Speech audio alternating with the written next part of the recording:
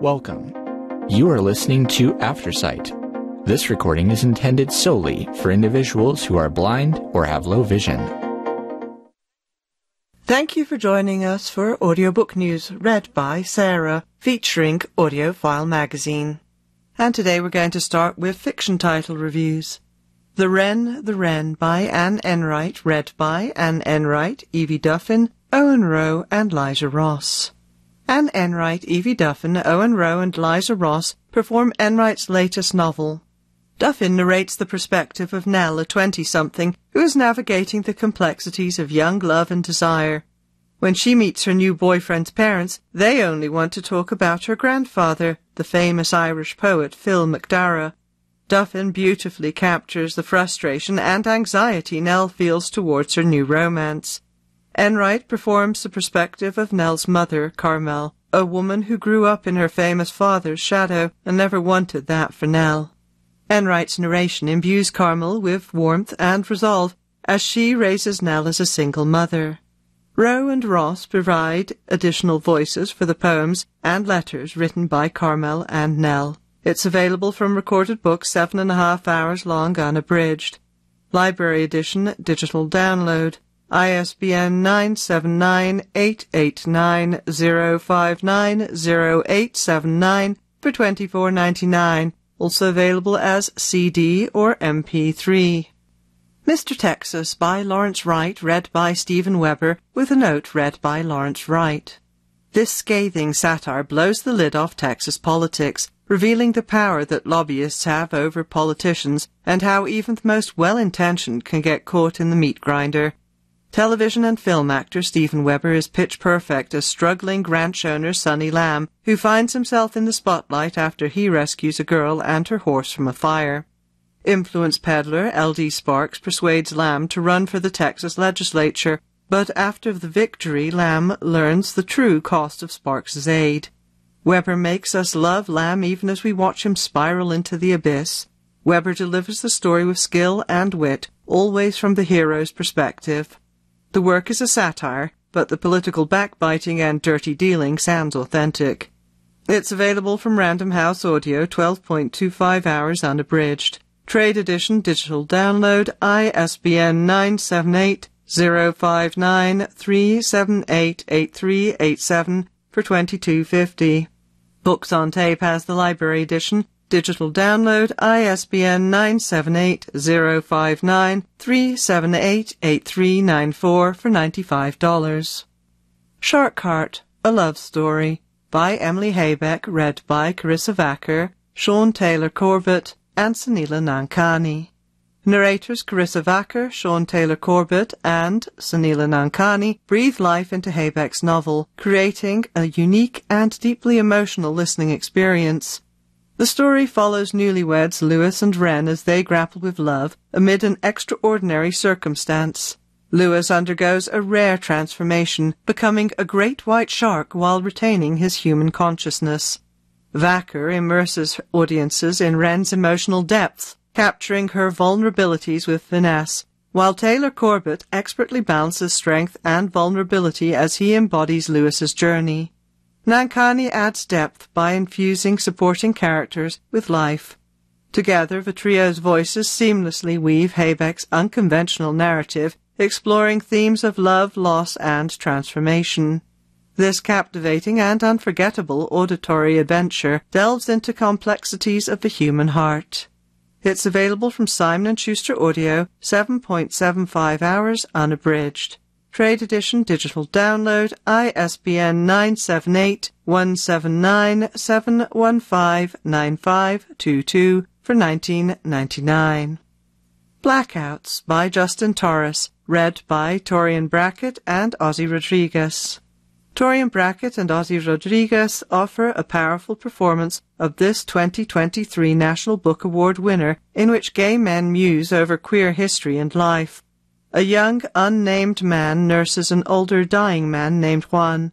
Before Juan can rest in peace, he wants to pass on his life's project, which is based on a 1930s book titled Sex Variants, A Study of Homosexual Patterns. Juan shares the story of queer researcher Jan Gay, and the young man recounts stories about his family and love life. Brackett's smooth, youthful tones convey the young man's emotions movingly. Rodriguez voices the older Juan, adding distinction with his mature voice and use of Spanish words.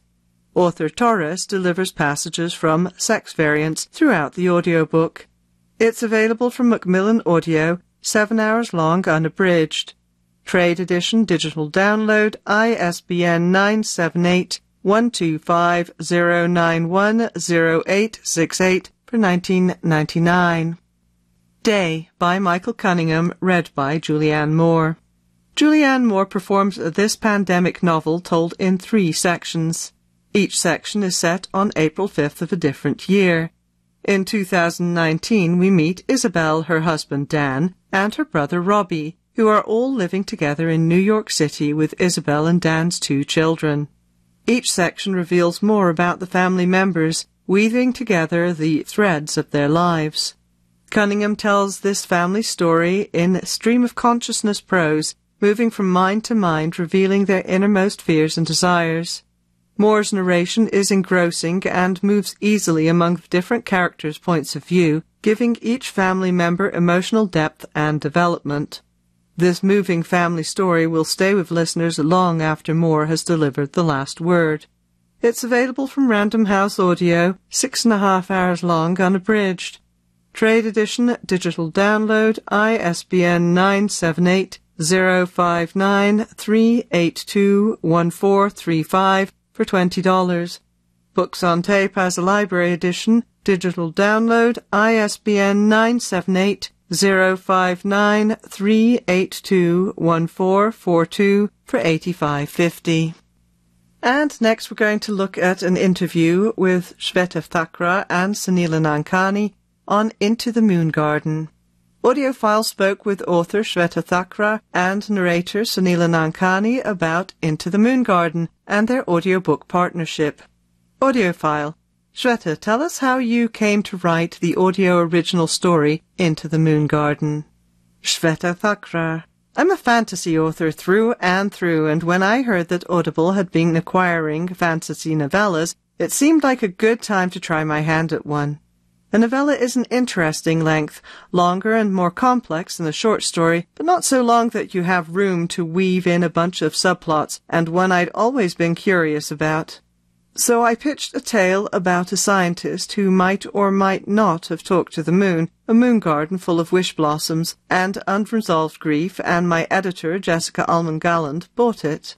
Working on this project was definitely its own experience.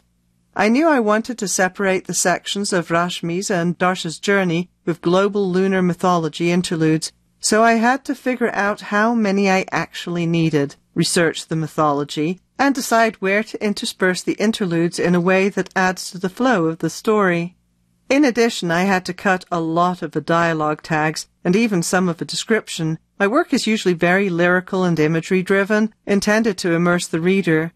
I would normally incorporate because our voice actor would then step up and fill in that gap. For example, instead of me writing, Rashmi said frostily, Sunila performed it. And since I'd had Sunila in mind for the role from the beginning, I gave plenty of thought to how my words would sound performed by her, and even how the plot would play out in audio, while I honed the manuscript. It was indeed a challenge to balance all that. A fun one.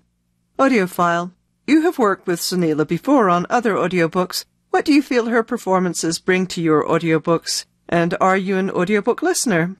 Shweta Thakrar: I actually got incredibly lucky in how I found Sunila. When it was time to record the audiobook for my first novel, Star Daughter, I was given 3 samples by voice actors to listen to and choose from. They were all good, but Sunila was far and away my favorite. Her narration, her intonation, her ability to do different voices while managing to sound magical. She was the one. And happily for us all, she said yes. I listened to her performance of the book once it was done, and it left me utterly enchanted, so of course I've been requesting her ever since. Fortunately for me so far, she's been available every time. As for how she does what she does, I'd say she has a knack for sinking into the characters, taking time to understand who they are, and then truly embodying them, making each one delightfully believable and fun to listen to. From the reviews I've seen, lots of other people agree.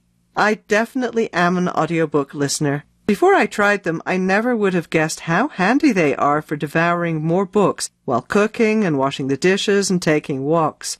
Plus, having a book performed by a talented voice actor or cast brings the story to life in a different way, one that adds a new and immersive dimension I really like. Don't get me wrong, I will always love reading words on a page, but it's great to have the option of listening to those words too. Audiophile. Sunila, tell us a bit about working on Shweta's audiobooks. Sunila Nankani.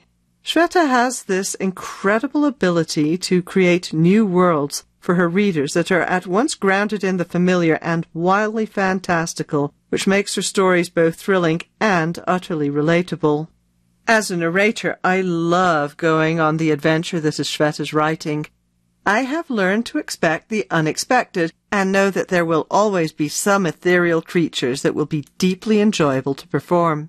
Into the Moon Garden has a different feel from her other books. It's a love story, a game, an exploration of family, and a study of a mythology of the moon, all in a novella. I had an amazing time as a narrator, working to illuminate each of those threads, as well as the moments in which those threads tangle. Audiophile. Share some of your secrets about your narrating craft. Sunila Nankani. What a big question. Well, I'm a classically trained actor, so I approach books the way I would a script. All of my work is rooted in text, and I'm looking for clues. What does this character say about themselves? What do other characters say about them? How is the narrator shaping how this story is being told? What does this character want? How do they go about getting it? As I search for those things, gradually the world begins to shape itself in my mind.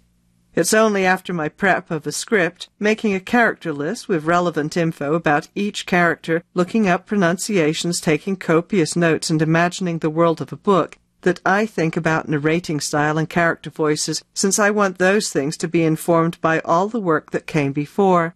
And even then, sometimes when I step into the studio a few days later, the book has been working on my subconscious, and some characters may sound slightly different than I originally thought they would, which is why I'm diligent about making samples for every character voice. I love to allow for spontaneity and play in my work in that way. Another place I like to do that is dialogue. In the interplay between the characters with the subtext, I just love working on dialogue. A big thank you to Paula Parker for inspiring my deep love and attention to it. Audiophile. Is there anything else either of you would like to share about creating Into the Moon Garden? Shweta Thakrar. This was definitely a challenging but enjoyable project, and it was amazing to watch it grow from the vague seed in my head to the polished audiobook, complete with Rashmi's self-discovery, the video game structure of the Moon Garden and its wish blossoms, the lunar mythology, and of course the sound effects, dreamy music, and Sunila's gorgeous voice acting.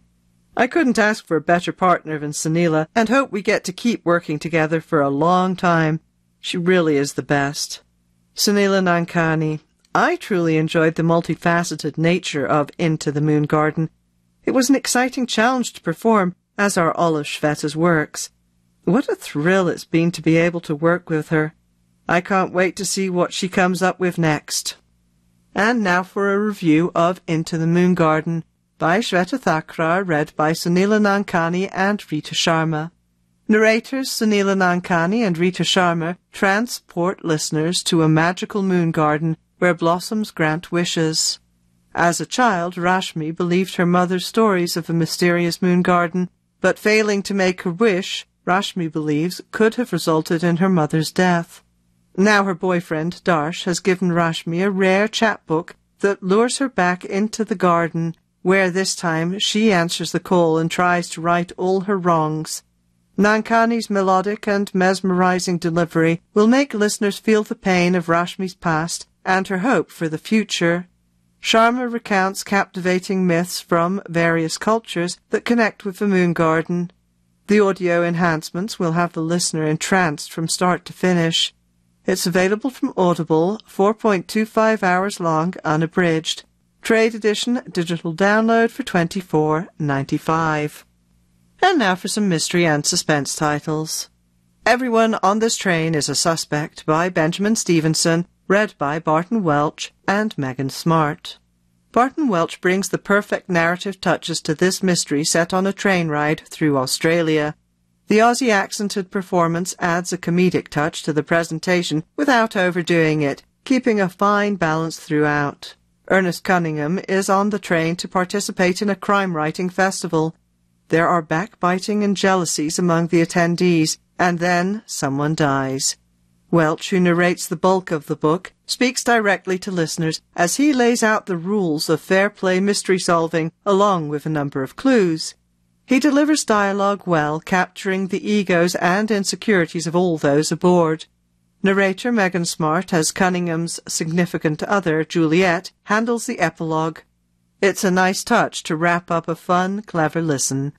It's available from Harper Audio, 8.5 hours long, unabridged. Trade edition, digital download, ISBN 978-006-3279100 for $24.99.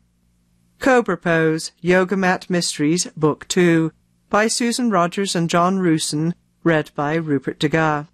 Rupert Degas showcases his talents in this Australian mystery involving cyber-terrorism, kidnapping, and romance. At the same time that yoga instructor Elena Williams' father vanishes, sadistic dark hat hackers set out to bring down global banking. Luckily, Elena's heartthrob, Rick, a photojournalist, seems to do more than take pictures during his international travels. The pair work together to get to the bottom of a plot. There are fine descriptive passages, suspense, and ample cyberspeak in this story. Degas shows his vocal reach by portraying Balkan terrorists, a cast of distinctively rendered Aussie agents, and the odd Brit and Yank. Listeners will appreciate his accents, pacing, facility with emotions, and overall competence in this techno-thriller. It's available from G-EMS-PTY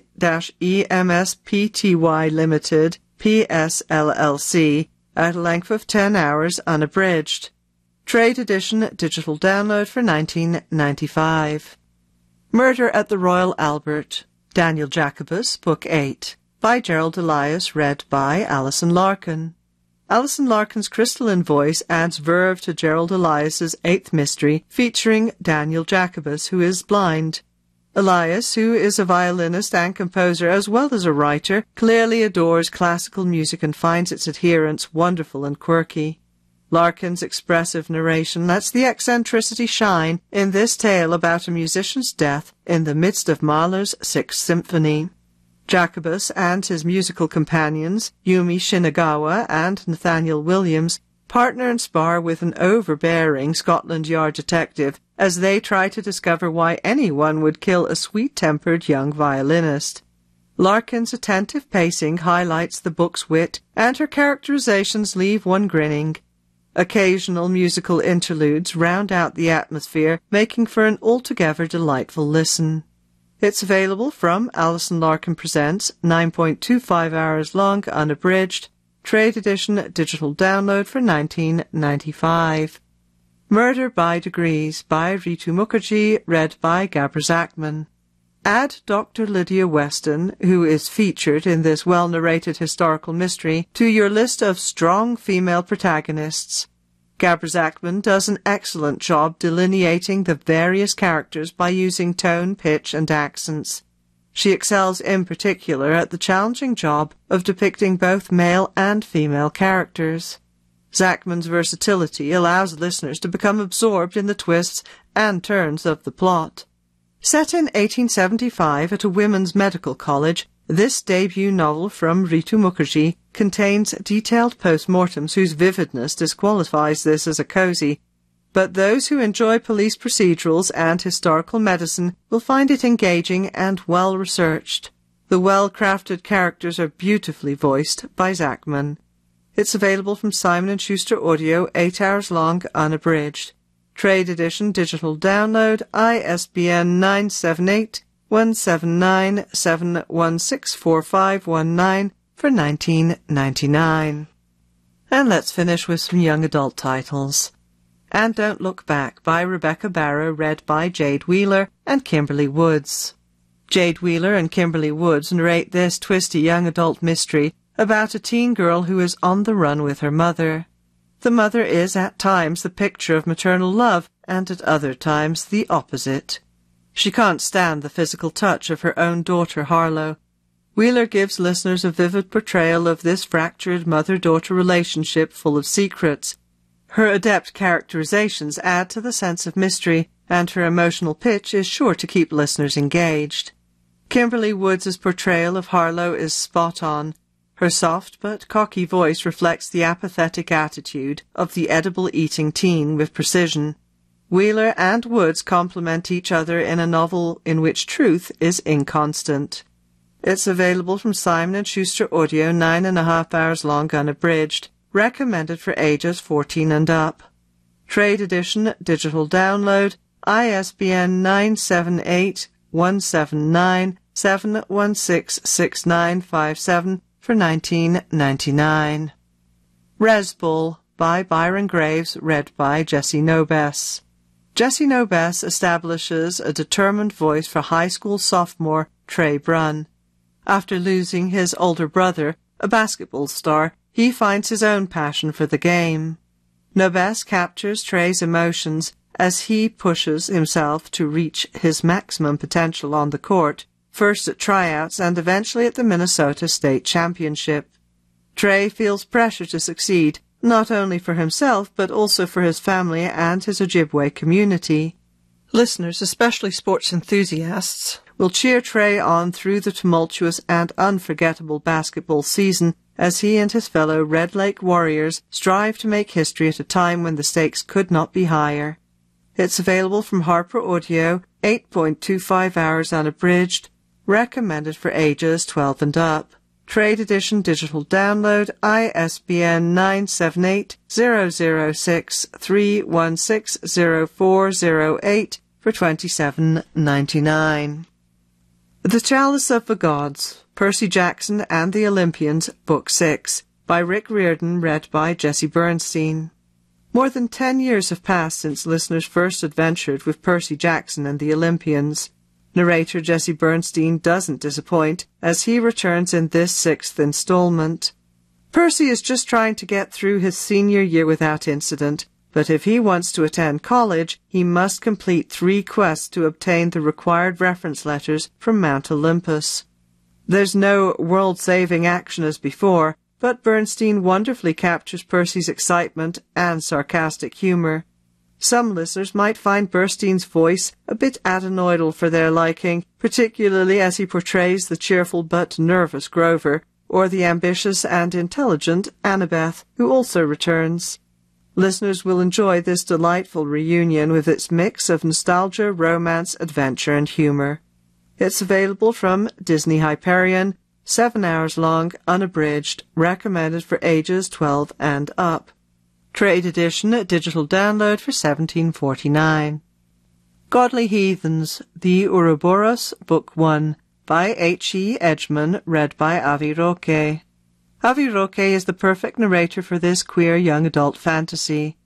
Jem is a non-binary teen just trying to survive high school in Gracie, Georgia. Their life is upended when a new girl explains that the nightmares they've been having are memories and that they're the reincarnation of an ancient god, one of many who fled their home world long ago. Chaos and adventure ensue. The novel hits all the expected beats of a young adult fantasy, and Roque infuses it with even more life and drama. Their energetic voice is full of the bewilderment, excitement, and trepidation Jem feels. Their fluid shifts between character voices and quick pacing will keep listeners engaged. Fans of queer fantasy, found family, and stories of hidden magic will not be disappointed. It's available from Macmillan Audio, 13.75 hours unabridged, recommended for ages 14 and up. Trade edition, digital download, ISBN 978-125-029-0489 for $26.99. And that's it for me. Thank you for joining us for Audiobook News, read by Sarah.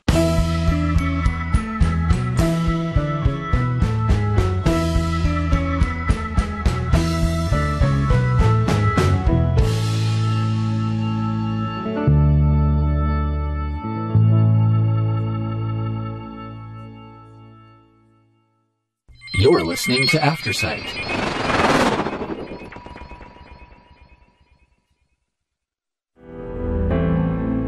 Attention residents of Boulder County, Colorado.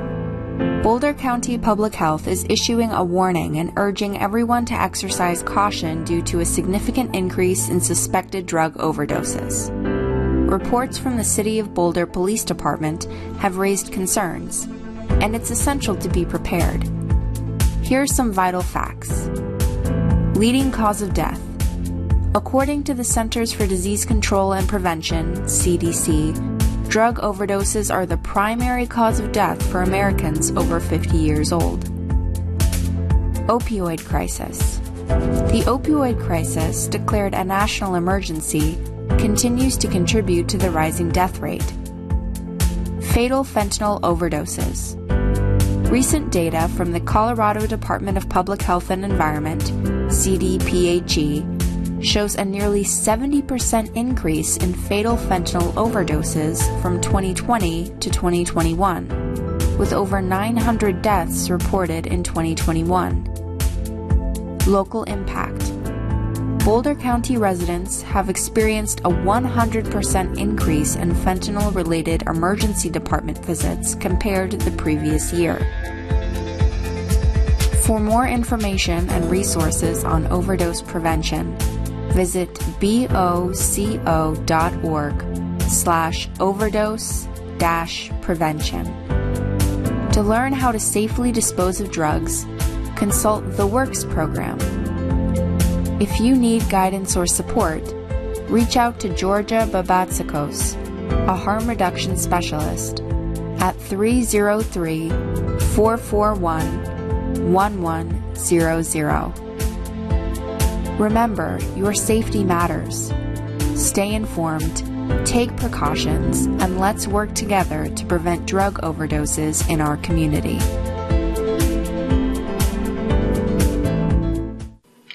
If you or a loved one have concerns about memory loss or other unexplained changes in behavior, getting an expert opinion from your family doctor is an important first step in understanding how to proceed. Medicare offers a free annual wellness visit for those 65 and older, where patients can request a brain health assessment. If you don't see your family physician frequently, they may not know you well enough to determine if you are experiencing cognitive changes. To help, the Alzheimer's Association has developed a list of 5 questions that individuals or family members can ask their doctor to help ensure that the visit is productive and patients get proper direction. Number 1, do I have any medical conditions that could increase my risk for developing Alzheimer's disease or another form of dementia? Number 2, am I taking any medications that could be causing memory or cognitive-related symptoms? Number 3, what tests could you perform that might rule out Alzheimer's or dementia as a diagnosis? Number 4, are you aware of my family history, particularly among immediate family, such as grandparents, parents, siblings, related to Alzheimer's or dementia? Number 5, should I be concerned about X, Y, and Z? Explain any changes in memory, focus, thinking, or mood. The Alzheimer's Association is here to help families prepare for and cope for such extraordinary circumstances. For more information, visit www.alz.org or call the Association's free helpline, staffed by trained professionals around the clock, at 1-800-272-3900. Did you know you can order your credit report in Braille, large print, or audio from annualcreditreport.com? Just call 1-877-332-8228. That number again is 1-877-332-8228.